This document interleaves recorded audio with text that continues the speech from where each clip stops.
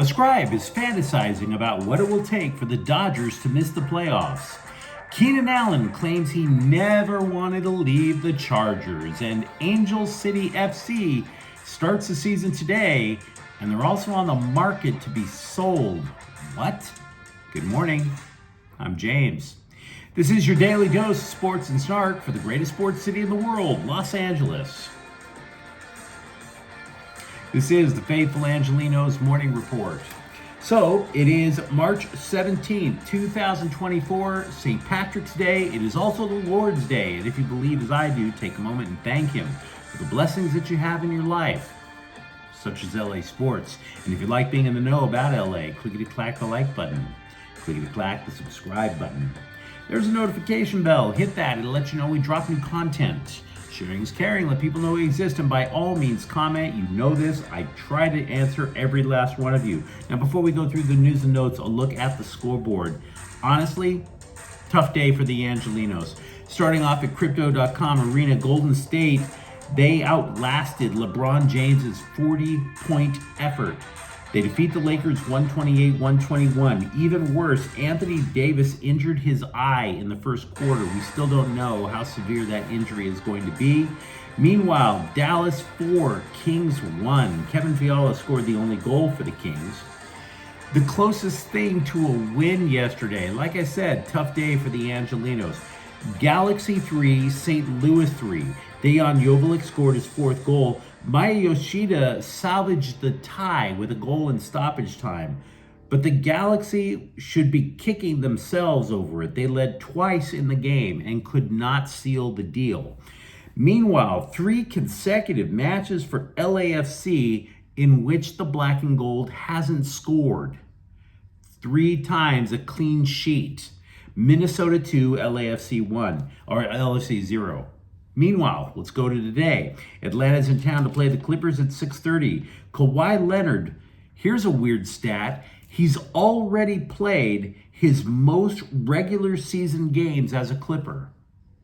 Load management, legitimate injuries. He's played 60 games this year. That's the most in a season he's ever done as a Clipper. And Bay City is also in town to take on Angel City FC at 4:30. It is the NWSL season opener. And what do you say we get to the news? We are all assuming the Dodgers will make the playoffs. And why shouldn't we? They've done it for 11 consecutive years, but CBS Sports, oh, no, they will have none of it. No, thank you. They're going to take nothing for granted and paint these doomsday scenarios in which the Dodgers do not make the playoffs. Never mind that the Dodgers have 3 of the top 5 players in all of baseball. Now, before I give you this analyst 5 reasons which claim LA could miss the playoffs, I want to give you the one legitimate reason that LA could miss the playoffs. The Rapture. That's it. Where God literally just snaps his fingers and raises up every Dodger minor leaguer up into the clouds. We never see them again, and that way the Dodgers wind up missing the playoffs. There's literally no other reason, because the 5 reasons that this scribe listed, we've already seen, and the Dodgers still win 100 games in the year. Every season now, pretty much, except you have to have COVID to keep them from winning 100 games in a year, for Pete's sake. Oh, the pitching staff, they're not going to hold up. We've seen that. We saw it last year. Gonsolin, Buehler, Kershaw, the Dodgers brought up almost an entire rotation from their Double-A team in Tulsa, Oklahoma, and still won 100 games.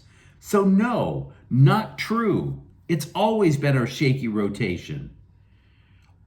If our injured pitchers right now could make a terrific starting rotation in the major leagues. The Dodger Stars could get injured. Seen that too. We've seen it too. That's another. LA has missed. The LA Dodgers last year their players missed the second most games in baseball last year due to injury. Oh, what if all the stars struggle? Okay, and we've seen that too. The final reason is that the Giants, Padres, or Diamondbacks could come out of nowhere. Look, this is not journalism. This is wishful thinking on behalf of CBS Sports. It's not going to happen. The Dodgers are going to win over 100 games. And they're going to the playoffs. They may not win the World Series. But no, they are going to the playoffs. Deal with it. There is literally no more sure thing as a wager in a Las Vegas sports book than will the Dodgers make the playoffs. Let's not get it twisted. And because of that, by the way, it's not just the scribes who are wondering about what it would take for the Dodgers to miss the playoffs. Oh, the players on the other teams. Oh, they are just hoping and praying that something bad happens. Cardinals pitcher Miles Mikolas, for example, hates that the Dodgers, quote, are playing checkbook baseball. We are going to be the hardest working group of Midwestern farmers we can be. It would be great to stick it to the Dodgers. So says this Cardinal pitcher. I've worked in St. Louis now for 3 months, and I am here to tell you, I have yet to see a Cardinals player on a farm. I have yet to see a single Cardinals player milking a cow. In St. Louis, Missouri, there are not roosters waking you up at dawn. You are woken up to the sound of gunfire. So stop it. This is not a humble little town with one market. It's not the case. There is no farmers market selling organic vegetables in St. Louis. The only thing that you get that's organic in this town is some dude named Smokey leaning up against a post, slinging bags. So stop it. And by the way, Mikolas, somebody let this Cardinals pitcher know, we knew he grew up in Florida. He's not a Midwestern farmer, okay? This whole down-home crap, just take your yearly ass kicking like a man. The Dodgers are going to the playoffs. Maybe you will too. Maybe. Dodger hatred.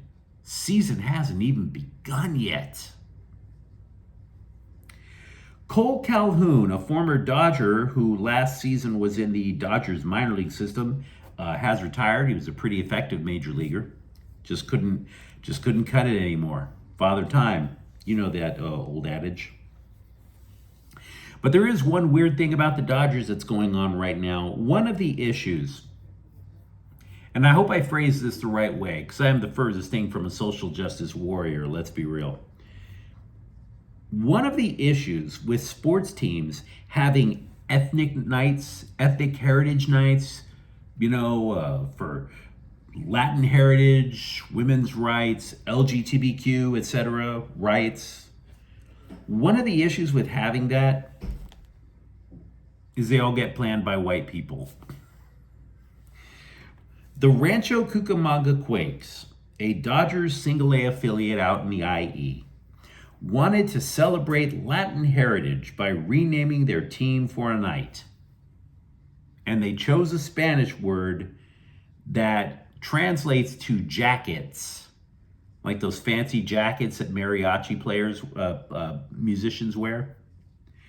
That Spanish word is also a euphemism for masturbation. Please notice where my right hand is. Yes, this is bananas. And they're going to keep the name even despite having been told it's a euphemism for masturbation. This is literally like being in a junior high school Spanish class and all you're interested in is what are the cuss words.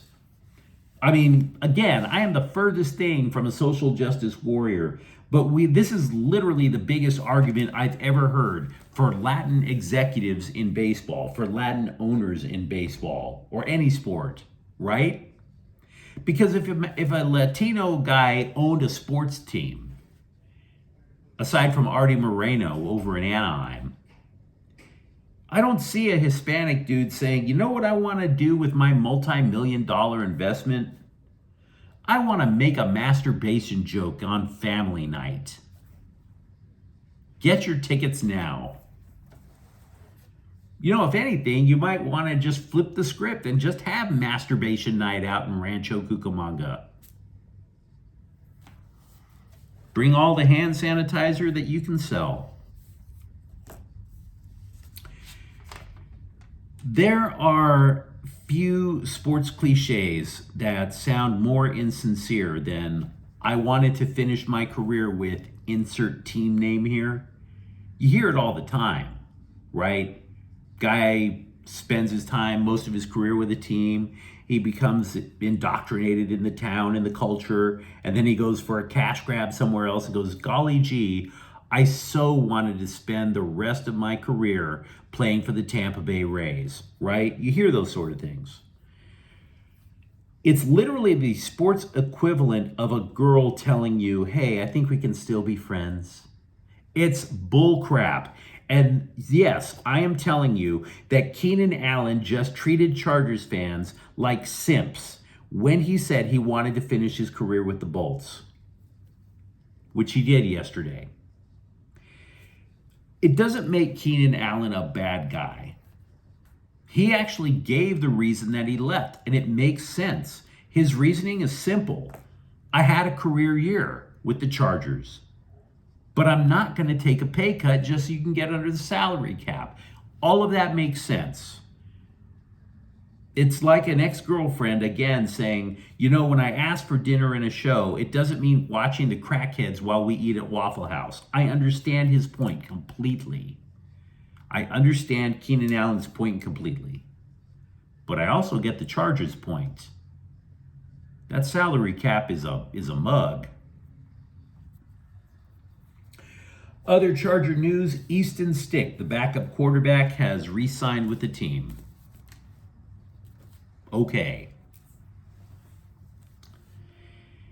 Angel City FC opens its season today, and they are the most valuable franchise in the history of U.S. women's sports. And it's for sale.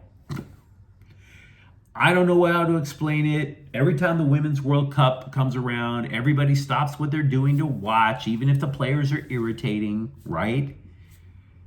And they're trying to grow the sport as a league in the United States, but literally the most valuable team is, a good chunk of it is up for sale. The LA Times is reporting that a bank has been asked to find a buyer. And this buyer, whoever comes in, will actually have to be not only a financial investor, but one who can control the club. Because there are hundreds of people who own little pieces of Angel City FC. But there are also 4 major owners, and they are in conflict. They are in conflict because despite the fact that they're valuable, the money just keeps going all over the place and they have no idea how to account for it. One owner is claiming that they just want to add a major investor. But again, the spending has been out of control with Angel City FC. Ridiculous, it's been called. Now, according to the report, yes, there are 4 main owners, but there are also hundreds of people with little shares of the team. If a major investor is found, those smaller owners could look to cash out because they don't know where the hell their money is going. So, Angel City FC, financially successful, financially irresponsible at the same time. So be it. The LA Galaxy has completed an internal investigation into last weekend's arrest of assistant coach Nick Thesloff. It was for alleged public drunkenness out in Nashville, Tennessee. He's not being charged. Thesloff keeps his gig. Now, I bring this up because there was this really weird side story brought up by a Galaxy podcaster. The side story claimed that the coach was drugged and ripped off to the tune of about $30,000. And the story, of course, took off on social media. At this point, I do not believe that story at all. I straight up don't. There wasn't enough sourcing involved in what this podcaster said. And because of that, I don't have the rationale to say I believe this story. Even the podcaster during that episode was like, I know this story sounds too good to be true. And you know what? You're right about that. It does sound too good to be true. The bottom line is this. I don't have an issue with Thesloff keeping his job at all. I've known plenty of people who have spent a night in a drunk tank. I've spent a night in a drunk tank quite a while ago. But you got to come with more proof before I buy that the Galaxy coaching staff is reenacting the hangover out in Tennessee. I don't buy it yet. I don't. Could be true, don't buy it yet. Clippers reserve guard Bones Hyland did not play at all in February, but now that Russell Westbrook is out for at least a month due to injury, Hyland said he has been asking both James Harden and Westbrook for pointers so he can take advantage of his opportunity. To an extent, he is. Hyland scored 17 points in Chicago, and that included sinking multiple three-pointers for the first time in his career. So, ending on a good note for him, right? But you let me know what you think in the comments thread. Do you believe there's a chance in hell that the Dodgers do not make the playoffs? Do you believe that Keenan Allen never wanted to leave the Chargers? And for that matter, do you know somebody who wants to buy into a soccer team? And if you enjoyed the content, don't forget to subscribe to Faithful Angelenos. We talk LA sports every single day here. Thank you for watching. I'm James. We'll be back tomorrow. Faithful Angelenos is a Keenan Corte El Queso production. Take care.